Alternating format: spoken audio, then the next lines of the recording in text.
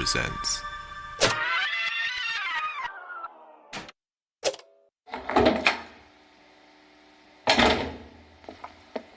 Light and sweet, right?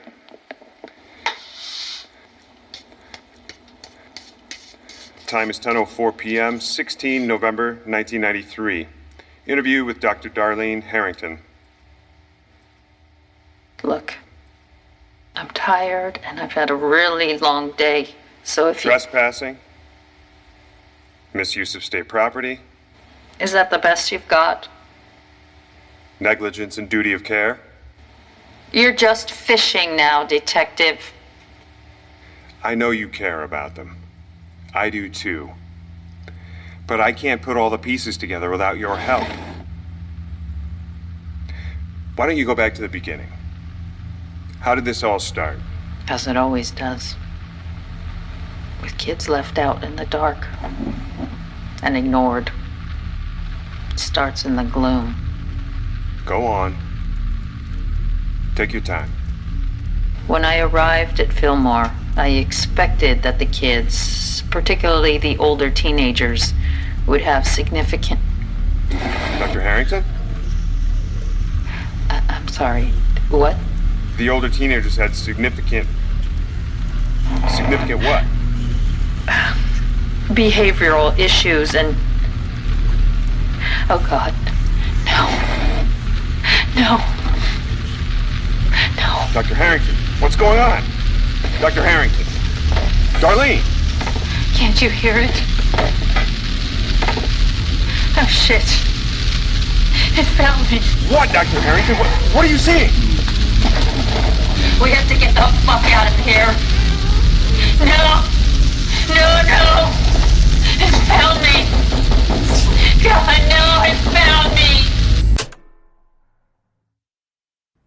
This chilling police interview would be dissected by law enforcement and armchair detectives alike for years. The interrogation of Dr. Darlene Harrington, a 38-year-old child psychiatrist working for the city of New York. It was taken on the night of November 16th, 1993. A night that will forever live on in infamy as the night of the Filmore Four.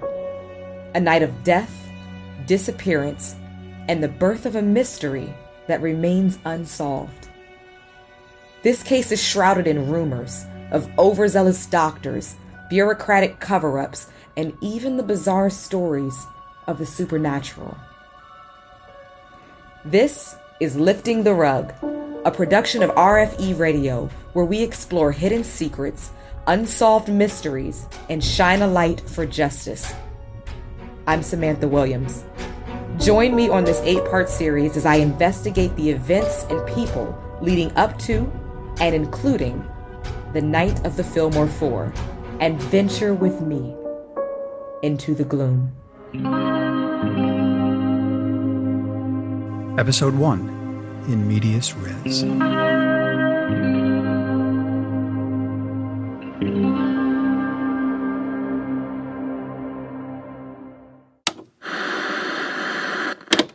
It's 10 p.m. Do you know where your children are? From the headquarters of Civic TV, the Channel 83 News at 10 with Jim Brand, catching you up on the stories of the day. We interrupt our regular broadcast to bring you a late-breaking event as it unfolds in Queens Village. Our own Nick Wren is live on the scene. Nick? Thank you, Jim. Yes, first responders continue to battle a fire contained to Ward 9, a unit of the Filmore Psychiatric Hospital that houses adolescents. We are receiving reports of multiple injuries and possible fatalities. The case of the Filmore Four is not something I had heard of before it was introduced to me. It's not as well known as the Manson family murders or the Zodiac killer. There is no movie about it, and like an urban legend that had more than a little truth behind it, it was an otherwise forgotten shadow in the annals of modern history. But among true crime in psychology circles, it is perhaps even more infamous. The case itself has all the elements you'd want in a story. It involved allegations of malpractice on the part of the doctors, a system that failed children, multiple deaths, boards of inquiry, and the shutting down of a facility. But it was all brushed away in time and complexity, and we were left with, as always, a group of kids that were stranded and damaged by those who were tasked to protect them. Unfortunately, it was a story all too familiar to me, and to many others like me. I'd known kids like the Filmore Four, bouncing from foster home to foster home, in front of cops or judges who didn't understand what mental health issues looked like in teenagers. I know this story because mine was one of them. I had lived that same life, and it was pure luck that I didn't end up in jail or in a grave. In a way, I wanted to help them because no one was there to help me. But all journeys of healing must start with the first step. The first step in this journey came in the form of an email from the brother of one of the Filmore Four. It read, "Dear Miss Williams, I have tried writing to several people at RFE, including your producer, but did not receive a response. I believe that you were in a unique position to understand and do what is required. I am the brother of Alicia Higgins, one of the missing Filmore Four. Please let me know if you are willing to meet. Thanks, Johnny Higgins." I went down an internet and YouTube rabbit hole on the Filmore Four for about 5 hours. The story and claims were unbelievable. I was shocked I hadn't heard about it before. I asked my producer about it and the email, but he knew nothing about it either. Then a second email came through from Johnny. No subject, no text, just an audio recording. Time is 10:04 p.m., 16 November 1993. Interview with Dr. Darlene Harrington. That was the first time I heard the recording. It was only a small segment, but after the YouTube rabbit hole and this, I decided it was enough to meet Johnny Higgins and find out if there was a story worth telling.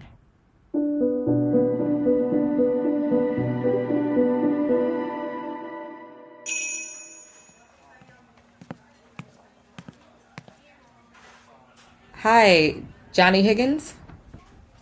Samantha, is it? Or Sam? Either is good. I don't mind. Samantha's cool.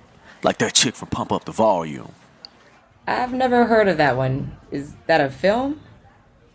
You work in radio and you ain't never seen Pump Up the Volume? I think I just showed my age. It's okay. I don't really watch a lot of films. I really want to meet somewhere more private. It's so, open. I don't meet anyone privately for interviews. It's a best practice. Not safe in my line of work. Yeah, fair enough. What's with that? Oh, yes. Well, my producer said I should make a point to record my interviews for clarity later. It's good for authenticity of the story. If I have your permission, of course. Oh, God. So the intern's the only one who bothered to show any interest in this. Is that it? Hey, I'm here because RFE thinks there's a story worth telling. At least to find out if there is. And I'm not an intern. Okay. Yes, you have my permission to record our present conversation. Perfect. Is that a Sony UX 560? That's right. Do you have one yourself? Nah, but I keep tabs on audio tech. I work with the Def Jux. I used to chill with LP. Nice dude. No shit. You talk to your mama with that mouth? Yeah, I was part of the scene in the good old days before social media killed everything. Before all that SoundCloud bullshit. You get me all nostalgic. Now the recorder you got there is okay for stuff like this. But it doesn't beat the Panasonic SV3800. That was gold standard back in the day. It'll record better than that thing. Best DAT recorder ever made. More reliable, and it picked up sounds even the human ear couldn't hear. Unless you listen closely. So you were a rapper or something? I was a sound engineer. I went to college same as you. Abandon all assumptions. Make your life easier later. What did I assume? Hey there, how are you this evening? What can I get for you? Good. I'll just have a coffee. And you? I'm good. Terrific. I'll be right back. Thanks. You should have got something. I got you. Nah, I'm good. I've been having some trouble sleeping. Look, I didn't come here to have coffee. All right. So tell me what you know. I don't even know where to start. There's so much. And it hurts. And it's still just so overwhelming fucking tough, even though it's been almost 20 years. Why don't you start with Alicia, your sister? She was the baby. She was supposed to be the one. Turned out okay. Yeah. Do you know what a degauser is? No. Back in the day, they used them to erase tapes. It's like they did that to our lives. They erased us because we don't fucking matter. Do you mean like the hospital? The state? Girl, you got some mad unpacking to do. What do you mean by that, Johnny? Look, I can't tell you what it is. You got to figure out on your own or you won't believe me. Try me. Something evil took them kids. Go on. They all came from pretty bad backgrounds, like Alicia and me. We didn't have a lot growing up. Dad would hustle for work, Mom would whoop us when we fall out of line. But then, it all just changed. Mom and Dad died. Then it was just Alicia and me. So we'll never live in the same place after that. I guess it's all a bit different to what you used to. Yeah.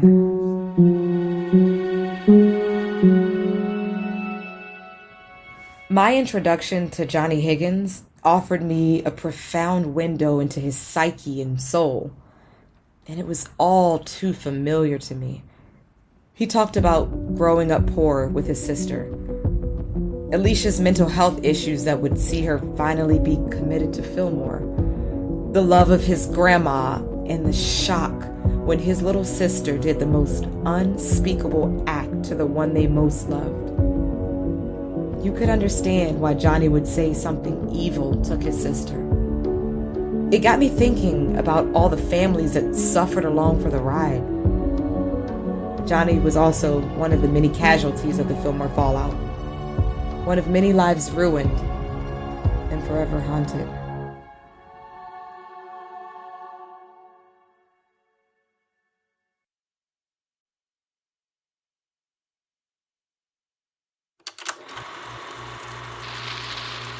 Queens, New York, November 5th, 1924. Today marks the opening of the Filmore Lunatic Asylum, an 800-acre bedlam with fully operational dairy farm, fertile fields for the cultivation of crops, and even its own stop on the railroad.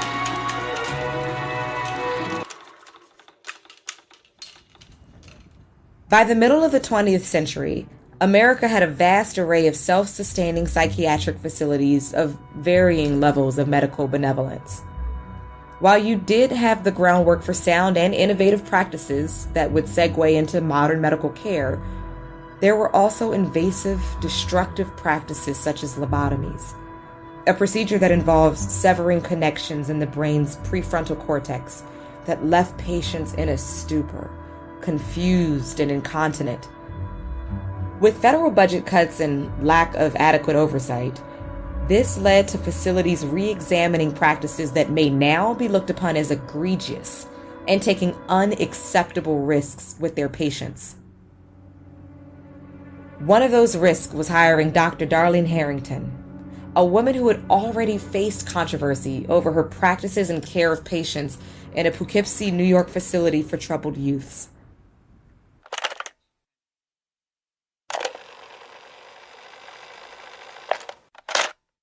We need to remember that we are not just clinicians. To the young adults in our care, we are often seen as a surrogate parent, which is understandable when there is no other caregiver present. Filmore was under the leadership of one of the most renowned and conservative clinicians in the state of New York, Dr. Edmund Lasher. who revolutionized the use of mood-enhancing medication to regulate patients with severely delusional schizophrenic behaviors, particularly adolescents. The word friend is not and should not be included in the job description of parent. Similarly, the clinician administering to their patient has certain responsibilities and obligations. Being a friend can make exercising these more difficult, because sometimes we must do the hard things that others can't or won't for a greater good. On paper, it seemed like a dream fit. The old, experienced, and well-respected professor and the precocious wonder kid. Given the resource constraints, it was perhaps the best Filmore could hope for. But as it often happens with great people in their field, they have great egos to match. They will likely do well with an increase from 120 to 200 milligrams at approximately midday and 11 p.m. Expectant results in changed behavior could be expected in 4 to 6 weeks, approximately. Testing and review to be completed pending the pathology results. Though there may be some unexpected side effects for them, their experience and our observation will pave the way for others, and there will be value in the study.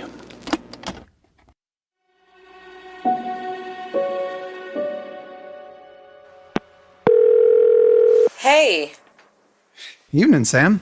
How goes it? It goes. Hey, I have you on speaker. Can you hear me all right? Are you recording this? Always. But why? You don't need to keep anything. You don't know what I need.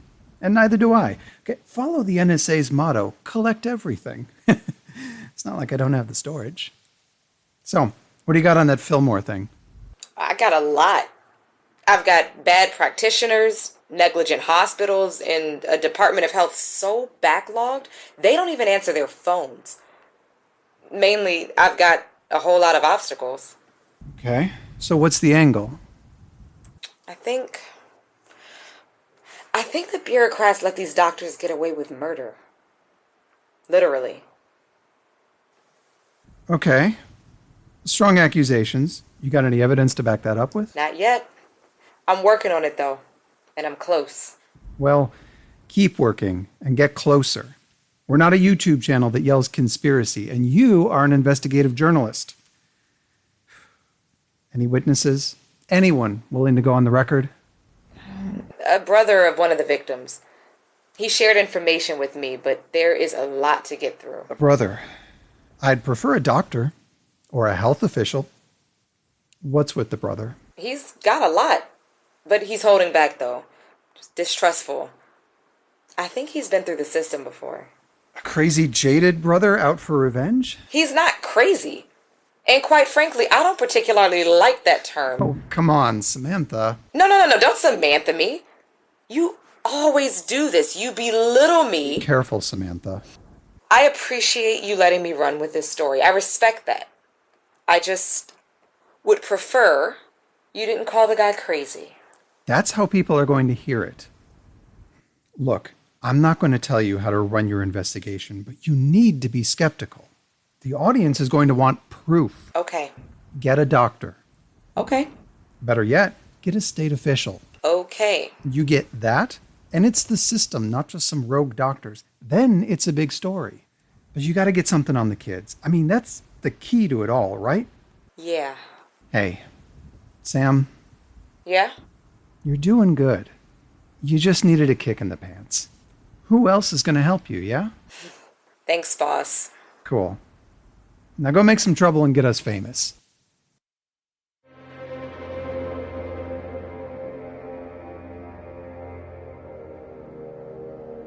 In order to get the doctors, get the system, and get the story, I need to get to the heart of it. What happened to the Filmore Four? Those that died and that went missing, never to be seen again. The best place to get to the bottom of it all was with the man who has religiously spent more time on the subject than perhaps anyone else. The brother of the missing Alicia Higgins, Johnny. Yo. Hey, Johnny, it's Samantha Williams. I was just wondering, did you know where I could get access to more of the recordings or information? You want me to do your job now? No.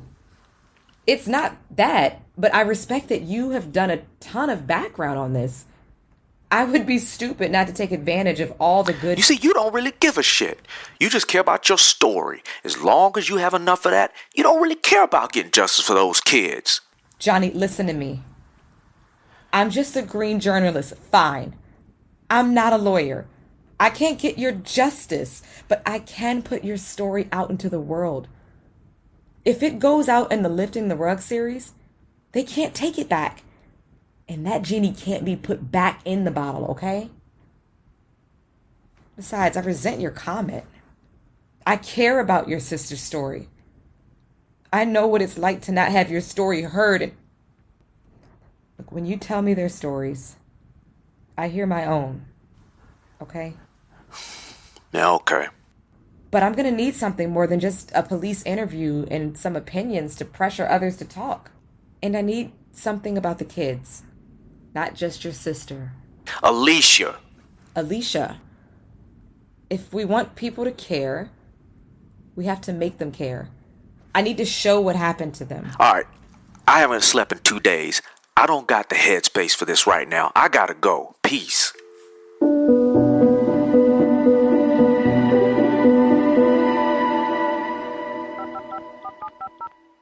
Thank you for calling the New York City Department of Health Division of Records. Your estimated wait time is 65 minutes. As always, I had my work cut out for me. The wait time is 30 minutes. Your estimated wait... Yeah, Department of Health Records. Hi. We spoke about an hour ago, and I believe you transferred my call, but I was directed to another extension and then disconnected. Oh, yeah. Filmore Four, right? Correct. And what, you're filing a Freedom of Information claim about... anything I can get my hands on. Well, this case is closed. It's been closed since 1995, so... So, you're saying... I'm saying that a report was submitted to the Department of State and finalized in June of 1995. If you want to read that report, you need to contact the State Department of Health and file a FOIA with them, okay? I can't help you. And that's it? Yeah, that's it. What about the case notes? Sorry, what case notes? I have the psychiatrist's case notes on the kids. The Filmore Four. Well, that's state's evidence. You need to return it immediately, ma'am. Look, there's going to be some serious charges coming your way if you don't. Hang on a second. I just volunteered this information to you. I shared it. And furthermore, I am a journalist. Is the city in the habit of threatening journalists now? Ma'am, I'm but a humble functionary. Look, if you leave me a phone number, I'll speak with my superior and I could circle back to you with all the goods. Okay, it's Samantha Williams from RFE. Hang on, I gotta get a pen.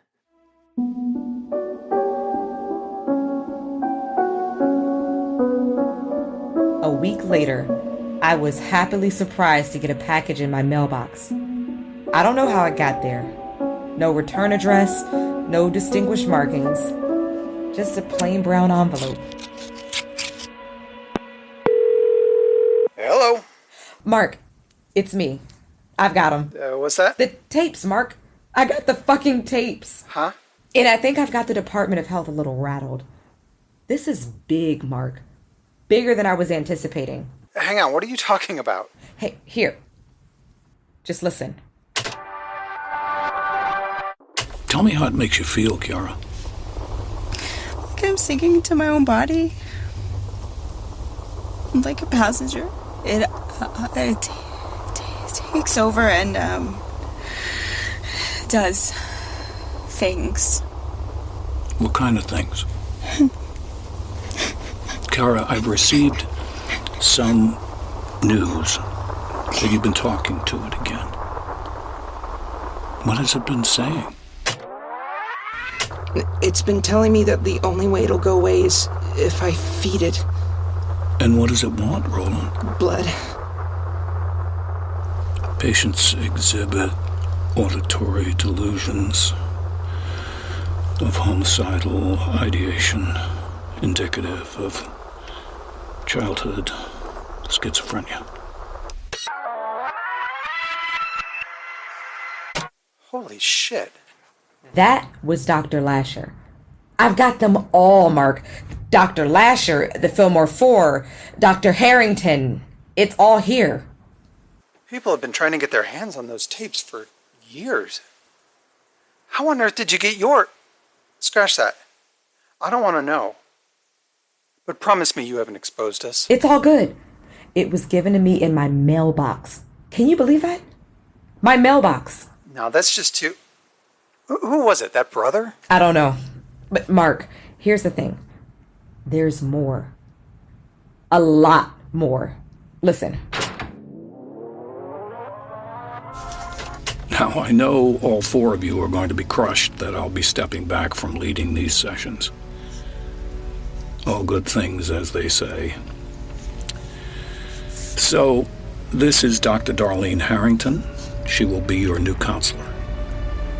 May the gods have mercy on her soul. Thanks for the warm introduction, Dr. Lasher. Well then, I'll leave you to it. It's a pleasure to meet you all. Let's go around the room and introduce ourselves, cool? My name's Alicia Higgins. I'm not really into talking all that much lately. Sorry. I'm Bruce. I'm fabulous. The end. I am Roland. I am good person. I'm Kiara. My friends call me Kiki, though. I came. I saw. I wanted more. I don't know. I'm done. That's okay.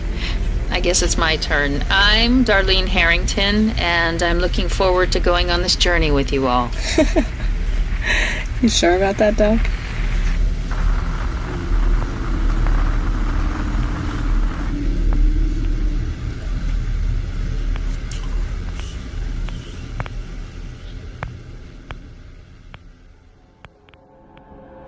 You've been listening to The Gloom, a production of Violet Hour Media, produced and directed by Frank Merle. Written by Peter Wenzutski and Michael Asap. Music by Talib Peshkapia. Sound design by John Zowski. Mixed and mastered by Jean-Marc Preset. Executive produced by Cassie Josephoff. Lynette Teschel is the voice of Samantha. Charles Riffenberg is Mark. Michael Clark is Johnny.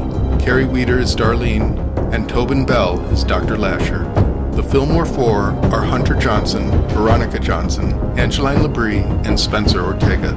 Additional voices by James Cowan, Galen Howard, Jake Kaufman, Aaron Killeen, Keith Cornelick, Danielle Today, and Eileen Dietz as Dr. Glassman.